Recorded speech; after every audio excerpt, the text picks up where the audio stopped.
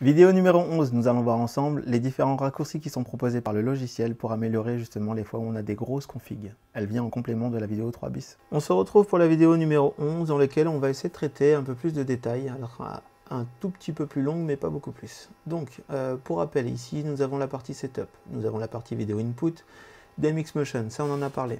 Si on enchaîne un peu derrière, la partie live c'est tout simplement pour pouvoir observer tout ce qui se passe en termes de DMX in. Après, on continue sur la partie zoom, on a la petite baguette magique ici, c'est les différents dressages, c'est justement sur ça qu'on va faire un petit focus. On en a parlé un peu ici, comment travailler différemment au niveau du setup, si on veut mettre une image de fond ou directement la vidéo.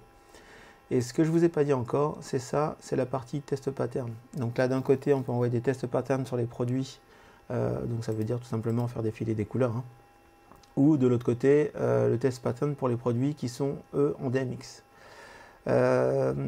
Au passage, j'en profite pour vous dire, effectivement, si on était sur des murs de LED, on aurait des numéros, mais sur les produits de type créatif, on va avoir une LED bleue qui devrait s'allumer à chaque fois qu'on envoie le test pattern, pour le petit détail. Je reviens sur mon réglage et mon Quick Address Tool. Donc là, je pars du principe où j'ai fait tout mon design chez moi à la maison. Alors oui, effectivement, j'ai pas beaucoup de produits. Donc tout est en orange. J'arrive sur ma scène ou j'arrive sur mon OP et j'ai des produits qui sont détectés. Donc je vais cliquer sur ma petite baguette magique, je vais avoir le Quick Address Tool qui est ici en 3e position. Et là il va me dire sur l'installation des produits que j'ai détectés, j'en ai allumé un en blanc. Dis-moi où tu le vois. Donc là en l'occurrence c'est le Skeptron, il est en jaune, j'appuie dessus, il est passé en blanc.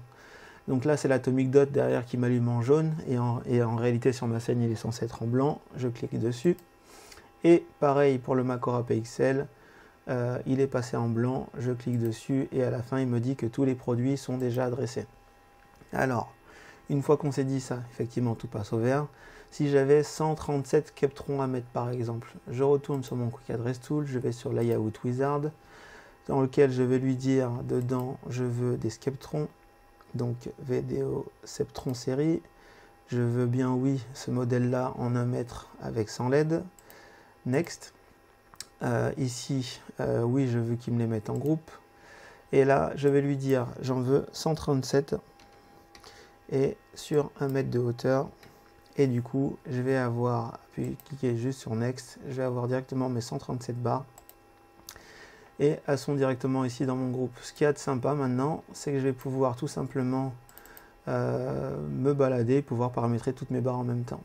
Et si je reviens sur DMX Motion, je vais pouvoir avoir mon groupe ici de barres que je vais pouvoir adresser d'une traite.